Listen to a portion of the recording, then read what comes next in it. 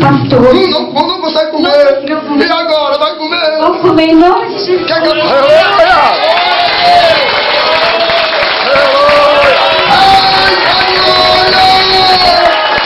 Vai comer em nome de Jesus Cristo.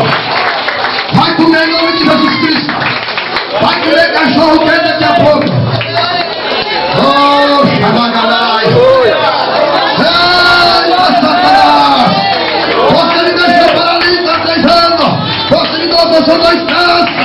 Por isso que Jesus me salvou a criança doida. Onde estava doendo? Procura agora, dói aí muito. Não conseguia nem dormir. E agora aperta. Cadê a dor? Em nome de Jesus.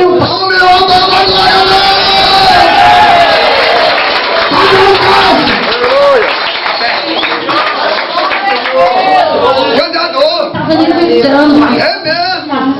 Não estava aguentando. Não tava mais aguentando Nem dormir. dormir. Não. Aleluia.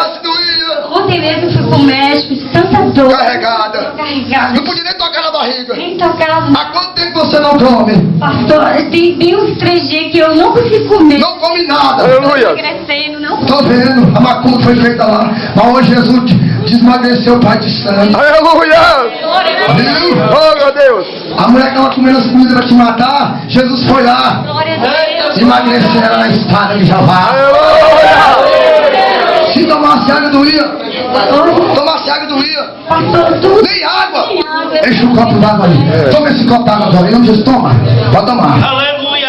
Nem água eu tomava, irmão. Que coisa. Nem água. Nem água. Ó, toma essa água. Pode tomar. Toma água. Toma água. Toma água de Jesus. Água aqui. Aleluia. Olha aí, ó, sede. Olha a sede. Volta. E agora? Aleluia, tá tudo bem, pastor. Nunca Graças a Deus. Nunca tomou tanta água assim? Não. Deus. Irmão. Palmas para Jesus. Aleluia.